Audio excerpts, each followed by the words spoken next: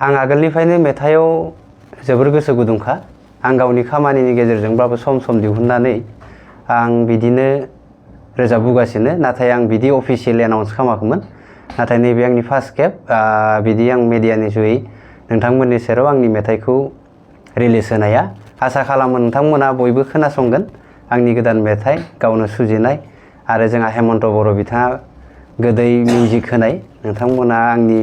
YouTube channel प्रानजित बर' मिउजिकेलाव नोंथाङा नुनो मोनगोन नोंथांमोना नायदो आसा खालामो नोंथांमोना सापर्ट खालामगोन होननानै मा नाम मेथाइया मेथाइया मोसादो दे उनाव हेपि निउ इयार जों रिलेटेड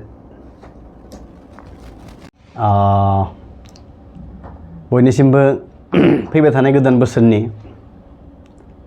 आंनि खुलुमनाय आरो अननाय मोजां मोननायखौ बावहरग्रोबाय बिथां प्रानजित बर' बिथाङा फैगौ 2026 इं मायथाइखौ लानानै दोंसे गोदान मेथाइ बानायदो हेपि निउ इयारनि मेथाइया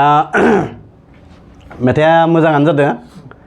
आरो बिनि मिउजिकआबो मोजां जादों मिउजिकखौ जोंनि रङियानि मानगोनां बिथां हेमन्त कुमार बर' आरो बे मेथाइखौ बिथां प्रानजित बर'आ गावनो सुजुदों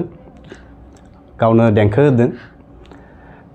मेथाइखौ जेन बयबो रायजो राजाया अनसायनानै लायो लाइक खालामो शेयार खालामो आरो बे मेथाइखौ बिथांनि प्रानजित बर' इउटुब प्रानजित बर' मिउजिकेल इउटुबाव सार्च खालामबानो मोनगोन आरो नोंसोरो बेखिनिखौनो बुंनानै आंनि दिनैनि बुंनो गोनांखौ फोजोबथ'बाय